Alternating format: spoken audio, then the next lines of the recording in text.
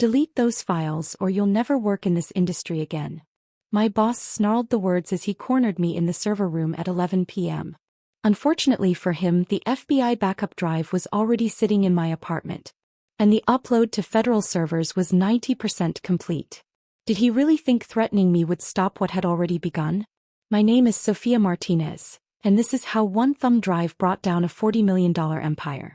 5 years earlier, I joined Brennan Construction as a junior project manager. I had a fresh MBA crushing student loans and a desperate need to prove myself. The CEO, Thomas Brennan, positioned himself as a mentor, charming, encouraging, always preaching about family values in business. I should have recognized family as a walking red flag. For 5 years I sacrificed everything. 70-hour weeks were my minimum. I missed my sister's wedding to finish the Harbinson Tower project. I spent Christmas Eve 2019 in the office fixing the CEO's nephew's mistakes on the City Hall contract. I lived on vending machine coffee and conference room leftovers, sleeping under my desk when deadlines loomed. "That's my superstar," Brennan would say, parading clients past my office at midnight. Sophia never quits. The promotion. When the senior project manager position opened in March, everyone knew it was mine. 8 candidates, none with my numbers. I'd brought in $12 million in contracts that year alone. Every project under budget. Every deadline hit. My negotiation on the Harbor Plaza deal saved the company $3 million. The interview was a formality. Even the CFO, Brennan's brother Michael, admitted I was the best candidate. Then Tyler showed up. 22 years old. Fresh from a state college with a 2.3 GPA in communications. Thomas Brennan's nephew. He couldn't read a blueprint. Thought Excel was vintage. Asked if we could just use ChatGPT for structural calculations. "He needs experience," Brennan explained as he assigned him to shadow me. "Family helps family. You understand." For 2 weeks I trained him. Basics a freshman intern would know. He played mobile games during client meetings. Showed up drunk, high or not at all. And I covered for him every time. The night before. The promotion announcement was scheduled for Friday, April 15th. On Thursday night, Brennan called me into his office. "Sophia, you're the backbone of this company," he began. "Which is exactly how you know something terrible is coming. Tyler's getting the position." The words didn't compute. "I'm sorry, what?" "He's family. He needs this opportunity. I've earned this opportunity. 5 years and you'll get your chance later. For now, we need you to keep doing what you're doing. Tyler will have the title, but you'll do the actual work. We'll make it worth your while. $5,000 bonus. $5,000. For doing a job that paid $90,000 more than mine." "No." His face hardened. "This isn't a negotiation. Tyler gets the position. You train him, cover for him, make him look good, or you can clean out your desk tonight." I stood to leave. "Oh, and Sophia, this industry is small. You leave here on bad terms, you'll never work construction management again. I'll make sure of it." That's when I remembered the recording app on my phone, running for the last 18 minutes. I'd been recording meetings for 2 years after Brennan denied a raise he'd verbally promised. Legal in my state. One-party consent. 400 hours of recordings. Staff meetings where Brennan bragged about bribing city inspectors. Calls where he threatened subcontractors. Conversations about tax evasion, safety violations, embezzlement. I'd never planned to use them. He'll know. The evidence. That night I went home and listened to everything. Made copies. Organized each crime. What I found was worse than I imagined. The Riverside project built with substandard steel Brennan imported illegally to pocket the difference. The elementary school renovation where they covered asbestos instead of removing it. City contracts won through $500,000 in bribes. And through it all, my voice, asking the right questions, raising concerns, documenting everything while Brennan brushed me off. The all-hands meeting. Friday arrived. Tyler strutted onto the stage in a suit that cost more than my monthly rent. "We're excited to announce Tyler Brennan as our new senior project manager," Thomas beamed. "He's shown exceptional promise." The room clapped politely. Most people looked confused. I hit record. Tyler took the mic. "I couldn't have done it without my uncle. Mr. Brennan, believing in me. Nepotism rocks." He actually said that. into a microphone. The final threat. That afternoon I was summoned back to Brennan's office. You'll start training Tyler on Monday. Full handover of your projects. Make him look brilliant. Or what? I asked, phone recording again. Or you'll regret it. I own people at every firm in this city. Cross me and you'll be unhireable. Is that a threat? It's a promise. I've destroyed careers for less. Perfect. Another threat, recorded. I spent the weekend organizing files. Not just recordings but emails, documents, photos of code violations I had reported and they had ignored. I gathered evidence of Tyler's total incompetence, including the texts where he begged me to just do the math stuff for structural reports he had signed.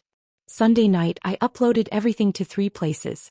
My lawyer's secure server, a backup drive in my safety deposit box, and, after confirming with my attorney that I was protected under whistleblower laws, directly to the FBI's Financial Crimes Unit.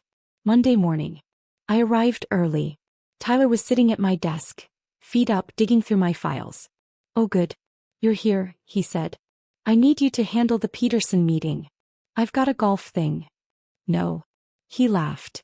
Uncle Tom said you'd be difficult at first. Don't worry, you'll learn your place. I pulled out my resignation letter, effective immediately, and placed it on the desk. You can't quit, Tyler stammered. I don't know how to do the job you were promoted into. Not my problem. Brennan burst in. What the hell is this? My resignation. You walk out, you're done. Blacklisted. I'll sue you for abandonment of duties, breach of contract. Try it. That's when we heard the shouting from the lobby. Through the glass walls we saw them. FBI agents, badges out, evidence boxes in hand. The receptionist pointed straight toward Brennan's office. His face went white. What did you do? He whispered. My civic duty. Those files, delete them. No. Whatever you uploaded, delete it. Delete evidence in an active federal investigation? I asked. That's obstruction of justice, Thomas. The FBI entered. Thomas Brennan. Michael Brennan. We have a warrant. They handed him the paperwork. Fraud. Embezzlement. Bribery. Tax evasion. Criminal negligence. The list kept going. There's been a mistake, Thomas stuttered. The lead agent held up printed emails, transcripts of my recordings. Mr. Brennan, you have the right to remain silent. As they cuffed him, Thomas looked at me with pure hatred. You destroyed everything. No, I said calmly. You did. I just documented it. Tyler stood frozen. Am I in trouble? He asked weakly. An agent scanned his notes. Tyler Brennan, you're named in several violations. Don't leave town. The aftermath. The fallout was bigger than I ever imagined. The FBI uncovered even more. Offshore accounts. Money laundering. Ties to organized crime. Kickbacks across 16 construction firms. The Riverside project was condemned. The steel was dangerously substandard. 2 elementary schools were evacuated for emergency asbestos removal. Every city contract from the last decade was put under review. Sentences. Thomas Brennan, 25 years federal prison. Michael Brennan, 15 years. Tyler Brennan, 2 years probation plus permanent ban from construction management.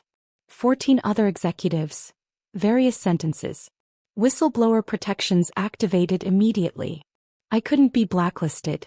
Instead, the FBI Whistleblower Reward Program paid me $2 million. 15% of the recovered funds. I used it to launch Martinez Construction Consulting, specializing in compliance and ethical oversight. My first client? The city, now desperate to make sure their contractors were clean. 6 months later. I was at a coffee shop when Tyler walked in, thinner, worn, wearing a barista apron. He froze when he saw me. Sophia. He swallowed. I didn't know about the crimes. I just thought it was normal business. Bribing inspectors is normal? I didn't know about that part, he whispered. I just wanted to matter. To be important. Like Uncle Tom. You wanted a position you didn't earn. Yeah. He made my coffee with shaking hands.